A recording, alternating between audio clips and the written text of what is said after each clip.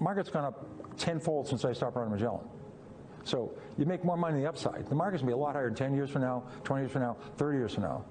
Trying to predict the market is really a waste. I don't know what it's going to do. It can go down. When I ran Magellan, 13 years. So, Peter, your investing philosophy is often summed up as buy what you know. And there's some truth to that, and it's also often way oversimplified. Sure. Can you explain what you did mean by that and what you didn't mean? Well, it bothers me that people are very dangerous when they invest. This word play the market, that's a dangerous term. But if you do some work, do some research, know what you own, look at the research, look at the balance sheet. If you could add 8 and 8, get fairly close to 16, you can find out this company has lots of debt, no cash, they're in trouble. You shouldn't own it. So a little bit of research. People are careful when they buy a refrigerator, careful when they take a vacation. And they'll put $5,000, $10,000 some stock to hear on the bus or at a party. That's dangerous.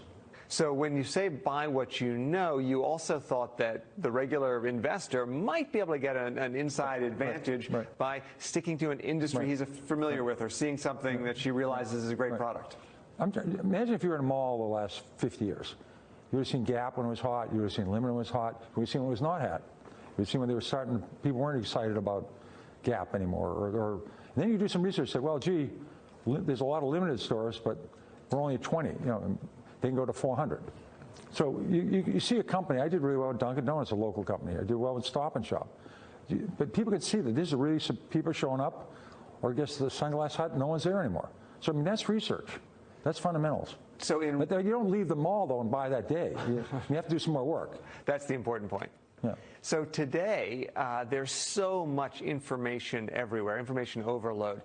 Does that make it harder for active investors? The indexers say everyone's got access to the same information at the same time. You can't beat the market.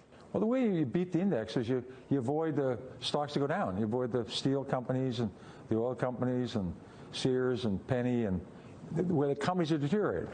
I mean, companies are dynamic. Behind every stock, there's a company. These are not lottery tickets. So you're trying to find the companies within the S&P 500 that are doing better. They're going from crappy to semi-crappy to good. That might take a couple of years, or they're going to grow for a long time. And you're trying to avoid the companies that are going south. That's how you beat them. Or you find some companies outside the S&P 500 that are great companies. CarMax was not in the S&P 500. They went up 200-fold. There's a lot of companies that enter, and a lot of their great performances before they go in. Now, a lot of people, when they're lucky enough or smart enough to get a company that's going up, they take their profits. Right. And you made the case in a book that you should actually hang in there with the really great stocks, and you even got a call from Warren Buffett as a result. Yeah, in 1989, I'm at home, and the phone rings, and I thought it was one of my friends, but one of my daughters, I think it was 6-year-old Annie, picked up and said, gee, guess there's a Mr. Buffett online? I said, this has got to be a joke. So I pick it up, and this Warren Buffett, I'm from Omaha, Nebraska. You know, I read your book. My annual report's due in 2 weeks. Can I use the line? He said that all in about 7 seconds. And I said, that's great. I'd love to do it. What's the line? He said, I love this. It's been waiting to do this.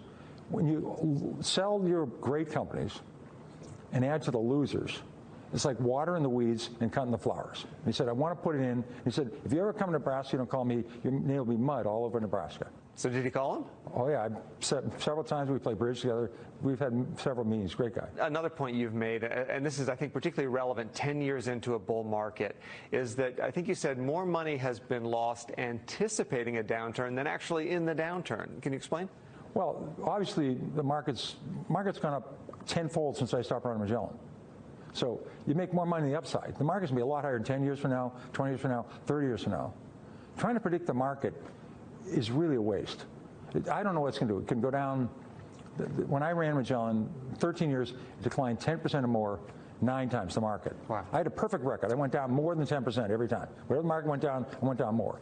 But over the long term, the upside is more than the downside. So you got to say to yourself, do I need the money in the next month? Do I need the money in the next year?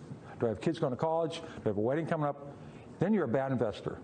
If you can keep putting money in, you have 5, 10, 15, 20, 25 year, you should do well.